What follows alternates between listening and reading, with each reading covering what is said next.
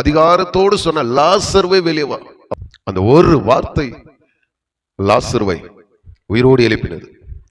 அவர் இரண்டாவது வார்த்தையை பேசவில்லை. இயேசு கிறிஸ்து செய்த அத்தனை அற்புதங்களுமே ஒரே ஒரு வார்த்தையினால, ஒரு தொடுதலினால சுகம் பெற்றார்கள்.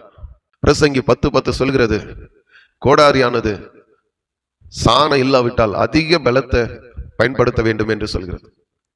அப்போ பரிசுத்த ஆவி இல்லாது இருந்தால் நாம் அசுத்தாவிகளோடு போராட வேண்டிய சூழ்நிலைகள் ஏற்படும். ஆனால் பரிசுத்த ஆவி ஒரு மனிதன் பெற்றுக்கொண்டால் எல்லா ஆவிகளும் உங்களுக்கு கீழ்ப்படியும். மத்தேயு சுவிசேஷம் 12ஆம் அதிகாரத்தில் இயேசு சொல்கிறார், நான் தேவனுடைய ஆவியினால பிசாசுகளை துரத்துகிறேன். பிசாசுகளை எப்படி துரத்த வேண்டும்? இயேசுனுடைய ஊழியத்தை பாருங்கள். இயேசு எந்த அற்புதங்களை எப்படி செய்தார் என்பதை பாருங்கள். அவர் பரிசுத்த ஆவியினால செய்தார் எல்லா அற்புதங்களையும். சுய பலத்தினால செய்யவில்லை. அப்போஸ்தலர்கள் யோவானும் பேதுரும் அதை தான் சொல்லுகிறார், எங்களுடைய சுய பலத்தினால இதை செய்யவில்லை. இப்போது அநேகர் சுய பலத்தில் ஊழியம் செய்கிறார்கள்.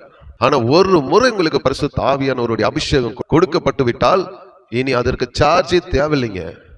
மீண்டும் மீண்டும் சார்ஜ் ஏத்துவது அது உலக பிரகாரம். பேதுரும் பவுலும் எத்தனை முறை போய் பரிசுத்த ஆவிக்காக ஜெபித்தார்கள்? மீண்டும் தாரும் ஆண்டவரே, என்னை நிரப்பம் ஆண்டவரே, என்னை நிரப்பம் ஆண்டவரே.